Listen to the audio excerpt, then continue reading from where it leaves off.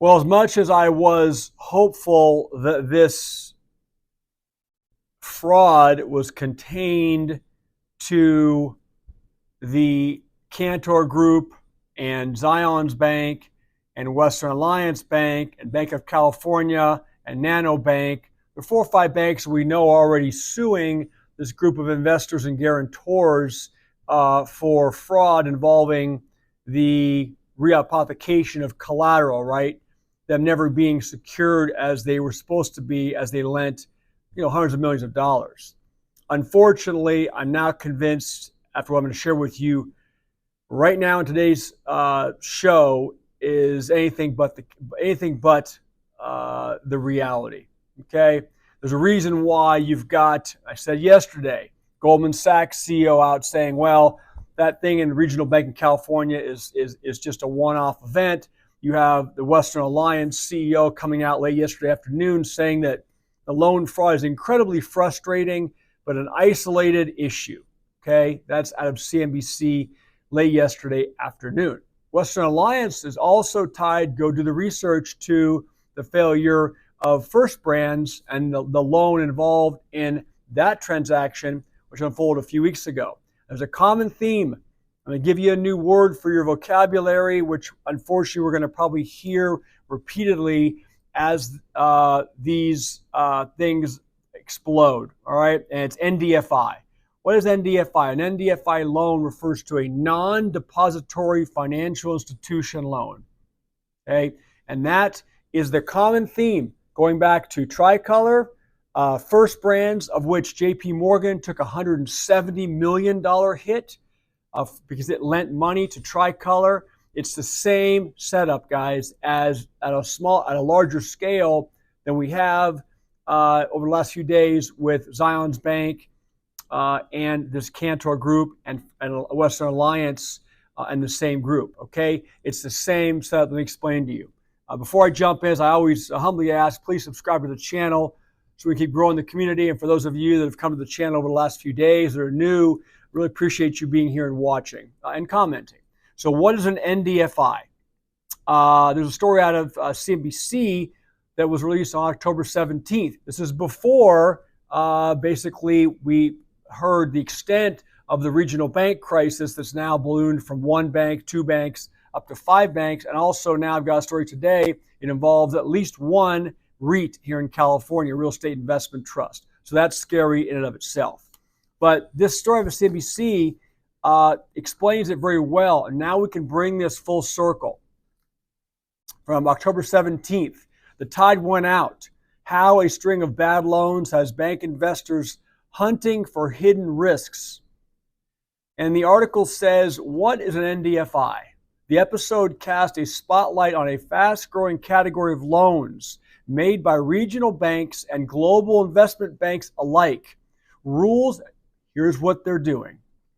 Rules put into place after the 2008 financial crisis discouraged the regulated banks, right, the JP Morgans, the Goldman Sachs, et cetera, from making many types of loans, from mortgages to subprime auto, right, leading to the rise of thousands of non-bank lenders, moving riskier activities outside of the regulated bank perimeter where failures are backstopped by the Federal Deposit Insurance Corporation says seemed like a good move.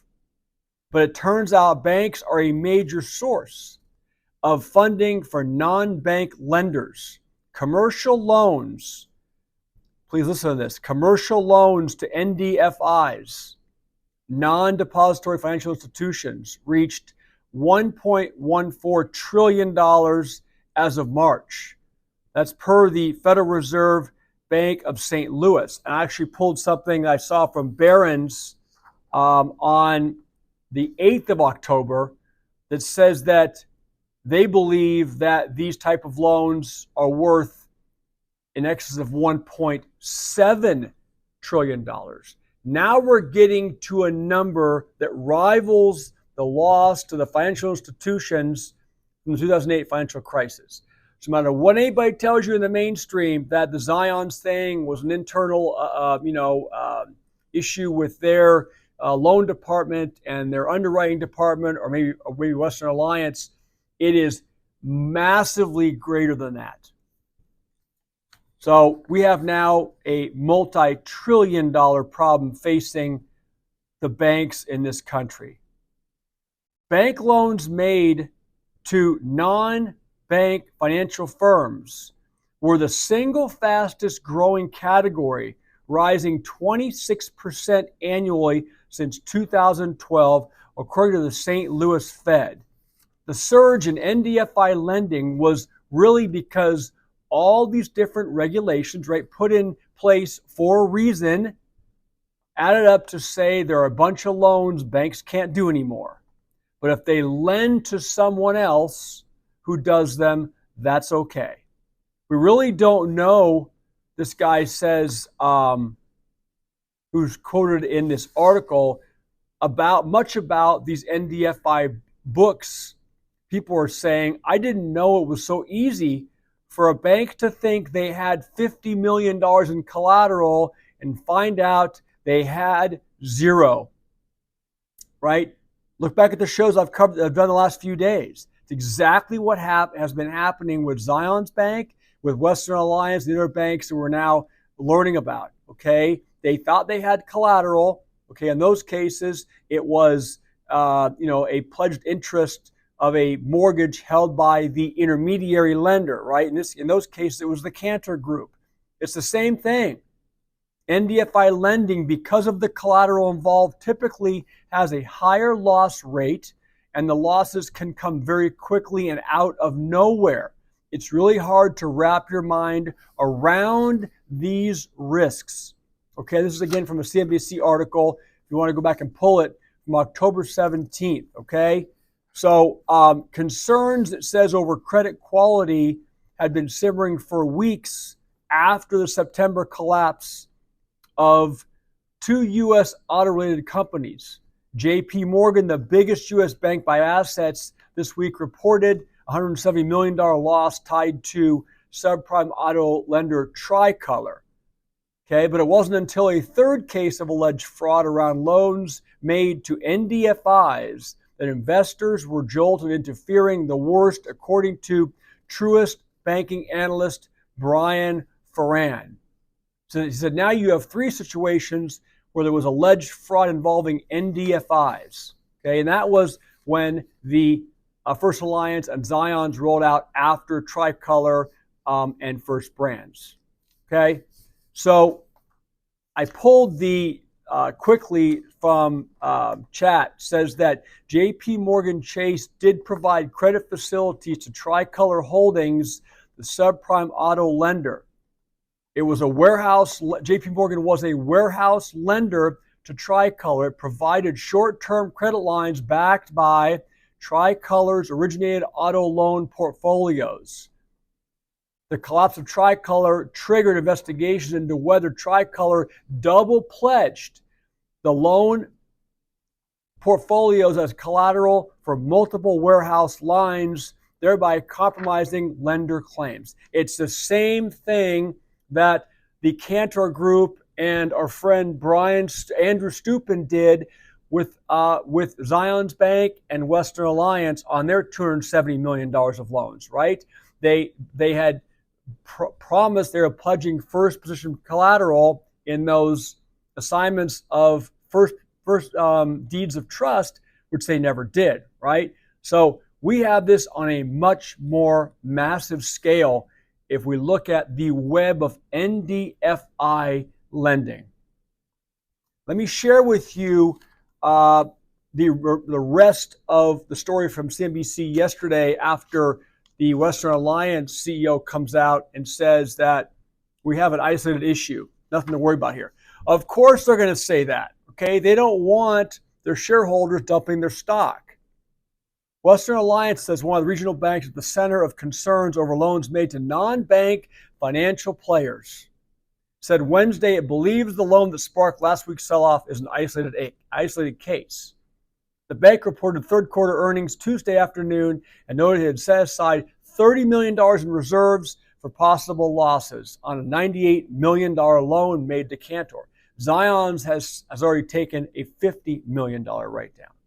While incredibly frustrating, we believe this is a one-off issue in our note finance business, and we have adjusted our onboarding and ongoing portfolio monitoring practices, according to Ken Vecchione, the Western Alliance CEO.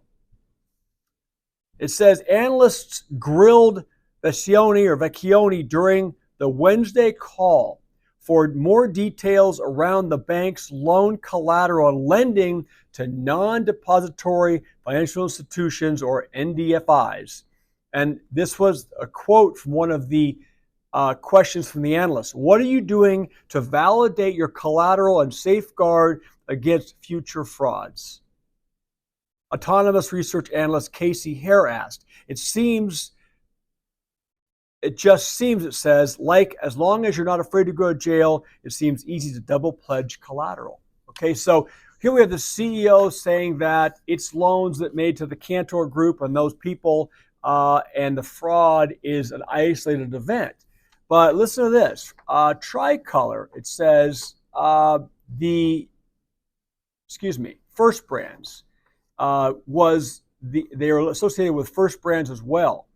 And according to chat, First Brands was and also a different form of an NDFI financing transaction. Okay, although not itself a lender, First Brands had complex financing via invoice factoring, off-balance sheet financings, and private credit funds. The structure implicates NDFI ecosystems. This is what's going to bring it down, okay? I'd love to get your thoughts and input.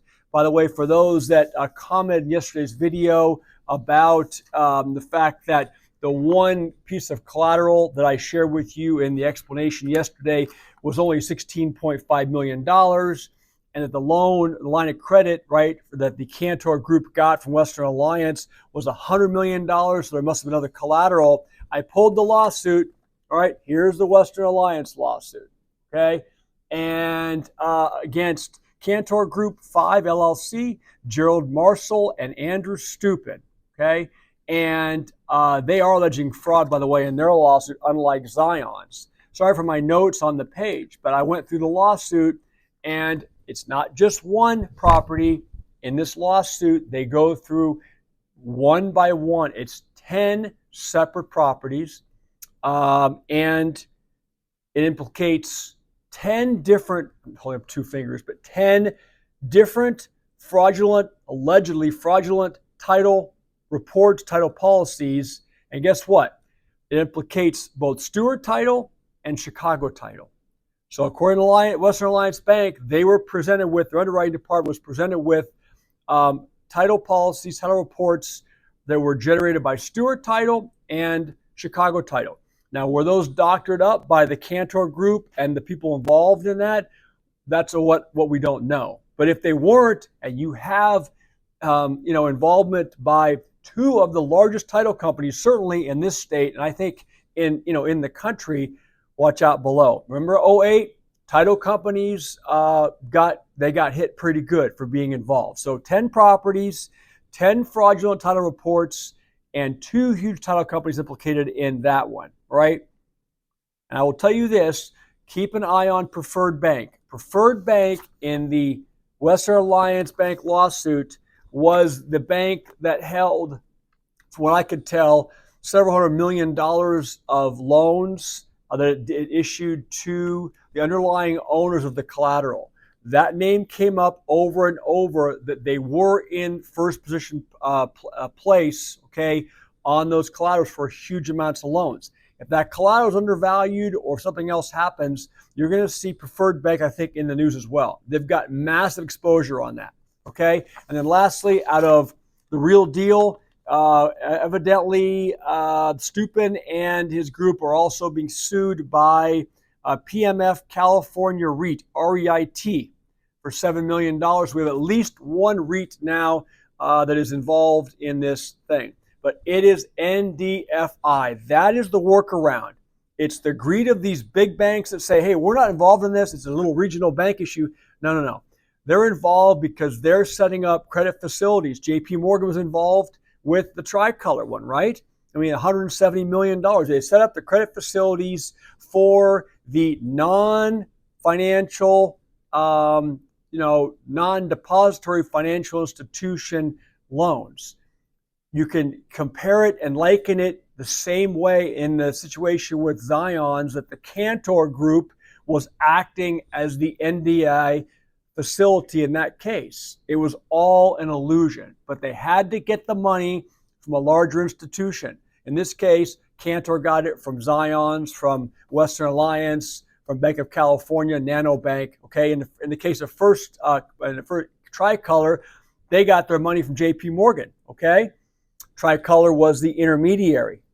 So I hope you guys, I didn't get too in the weeds on that.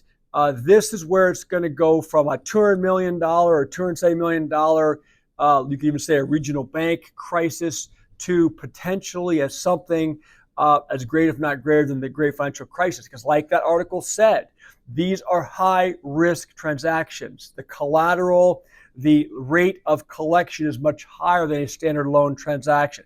That's how these big banks figure out a way to work around, to get around the rules put in place to protect consumers from another collapse like we saw in 2008, right? Rules are put in place, and of course, money and greed overcomes, and everyone's involved in this, right? I mean, I say everyone.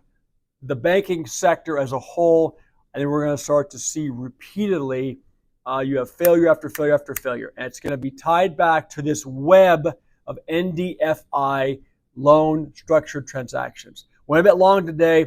Thank you guys. If you enjoyed the content, leave me a like. If you're not subscribed to the channel, hit the subscribe button for me. Keep growing. Thoughts and comments, always welcome. I do my best to review them and respond. With that being said, I will talk to you all soon. Bye.